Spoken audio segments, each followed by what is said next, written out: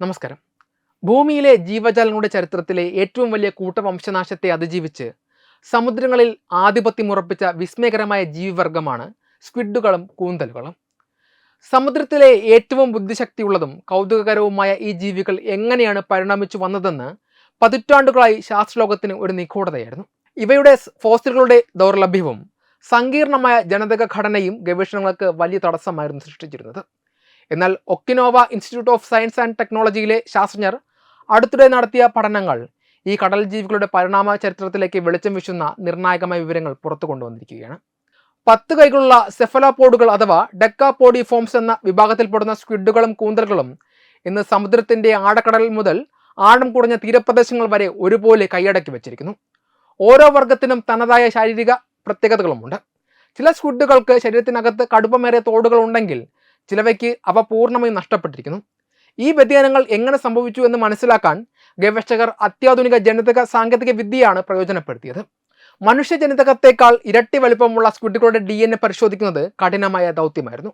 എന്നാൽ 5 വർഷം നീണ്ടുനിന്ന ആഗോള സഹകരണത്തിലൂടെ മിക്കവാറും എല്ലാ പ്രധാന സ്ക്വിഡ് വംശാവലികളെയും പരിണാമ വൃക്ഷം തയ്യാറാക്കുവാൻ ഇവർക്ക് സാധിച്ചു.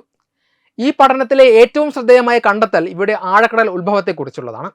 ഏകദേശം 100 ദശലക്ഷം വർഷങ്ങൾക്ക് മുൻപ് ക്രിറ്റേഷ്യസ് കാലഘട്ടത്തിലാണ് സ്ക്വിഡുകളുടെ പ്രധാന വംശാവലികൾ പിരിഞ്ഞു തുടങ്ങിയത് എന്നാണ് ഗവേഷകർ കണ്ടെത്തിയിരിക്കുന്നത്.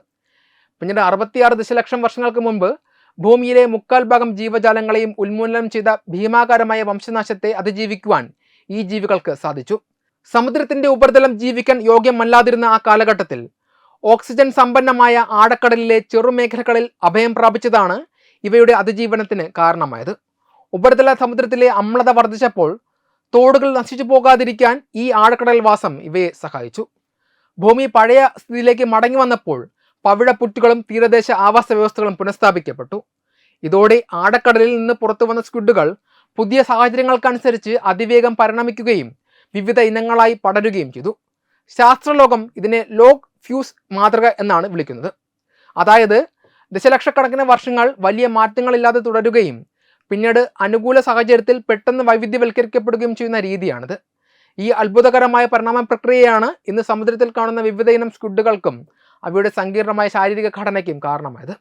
സ്ക്വിഡുകളുടെയും കൂന്തലുകളുടെയും ഈ പരിണാമ ചരിത്രം വെറുമൊരു ശാസ്ത്രീയ വിവരമല്ല, മറിച്ച് ഭൂമിയിലെ ഏറ്റവും വലിയ പ്രതിസന്ധികളെ ഒരു ജീവിവർഗം എങ്ങനെ അതിജീവിച്ചു എന്നതിൻ്റെ സാക്ഷ്യപത്രമാണ്.